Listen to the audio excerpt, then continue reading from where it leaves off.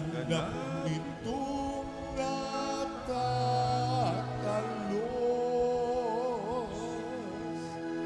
tanang ating nilolo.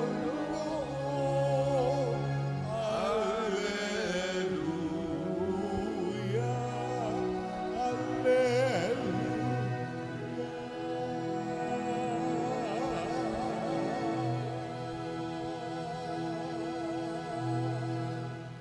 Sumainyo ang Panginoon. At sumaiyo rin. Ang mabuting balita ng Panginoon ayon kay San Lucas. Papuri sa iyo, Panginoon. Noong panahong iyon, pagkatapos magsalita ni Jesus, siya'y inanyayahan ng isang Pariseo upang kumain. Kaya't pumunta siya sa bahay nito. Pagdulog sa hapag, nagtaka ang Pariseo nang makita niyang kumain si Jesus nang hindi muna naghugas ng kamay. Sinabi sa kanya ng Panginoon, "Kayong mga Pariseo, hinuhugasan ninyong labas ng tasa at ng pinggan, ngunit ang loob nito'y punong-puno ng kasakiman at kasamaan.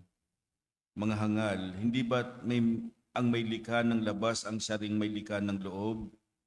Ngunit ipamahagi muna ninyo sa mga dukha ang mga laman ng mga sisidlan at maging malinis ang lahat ng bagay para sa inyo." Ang mabuting balita ng Panginoon. Pinupuri ka namin, Panginoong Hesukristo. Umupo ang lahat at makinig sa humiliya. Sa ating ebanghelyo, ang nakatawag pansin sa akin ay yung sinabi ni Jesus na kayong mga Pariseo, hinuhugasan ninyong labas ng tasa at pinggan, ngunit ang loob nito'y punong-puno ng kasakiman at kasamaan. Parang sinasabi ni Jesus, sana hindi lang sa panlabas tayo malinis, pati na rin sa ating kalooban.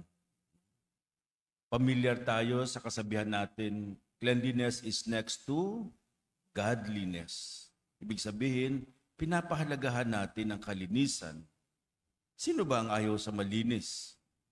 Lalo na ngayong panahon, dumaan tayo sa pandemya, naguhugas na tayo ng kamay, diba? Nag-alcohol pa dahil nga natatakot na tayo sa mga virus. Yung kahalagahan ng kalinisan is something universal. Napaka-basic ng proper hygiene. Anumang ang iyong lahi, hindi lang sa Pilipino, is universal ang pagiging malinis. At hindi lang sa pisikal na pangangatawan, pati na rin sa ating pamumuhay. Pag sinabi natin ang taong yan ay malinis ang pamumuhay, clean living, ang ibig sabihin niyan ay walang bisyo. No? Walang masamang bisyo. Ito rin ang laging pinupunto sa buhay espiritual. Kaya nga ang simbolo ng binyag ay pagbubuhos ng tubig. Dati-rati linulublob pa yung tao. No? Sa pagbinibinyagan. Ito'y tanda ng paglilinis, pagtatanggal ng mga kasalanan. Sa ating ebanghelyo, naimbitahan si Jesus sa bahay ng isang Pariseo. Hindi natin alam kung anong motibo ng Pariseo, bakit niya inimbitahan si Jesus. Pwedeng naakit ang Pariseyong ito sa kanyang mga turo, o hindi kaya baka kumukuha siya ng dahilan para makasuhan si Jesus. No? At hanapan niya ng butas para makasuhan sa paglabag ng mga turo. At ang nakita nga nito ay hindi pagsunod ni Jesus sa paghuhugas ng kamay bago kumain. Nahusgahan si Jesus, parang not having a proper hygiene. Si Jesus sa kanyang maalagad, hindi lang siya. They are washing. Alam niyo po, hindi naman na hindi sila naghuhugas. Naghuhugas sila ng kamay. Kaya kailangan natin itong itama. Pero kasi meron silang pamamaraan ng paghuhugas. Marahil, hindi pareho ang kanilang pamamaraan ng paghuhugas. Tayo rin, sabi ko nga kanina, lalo na dumatay sa pandemya, naghuhugas tayo ng kamay.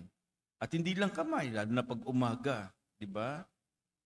Naghihilamos, lalo na yung mga nagigising ng maaga dahil pupunta ng simbahan, mag-aayos, kayong mga nag-volunteer dito, naliligo pa. No? Nagsisipilyo tayo para confident tayo na pag nagsalita tayo, no, mabango. Parte ng ating pang-araw-araw na routine, na tawag nating grooming, and we extend it to our environment and lifestyle. What does a clean person and a clean surrounding indicate? Kapag nakita natin malinis, no, natutuwa tayo. Kasi kapag nakita natin yung taong nanlilimahid, iniiwasan natin, lalo kapag may amoy. Di ba? Lalo ng panahon ngayon, sabi nga natin, may mga virus dala.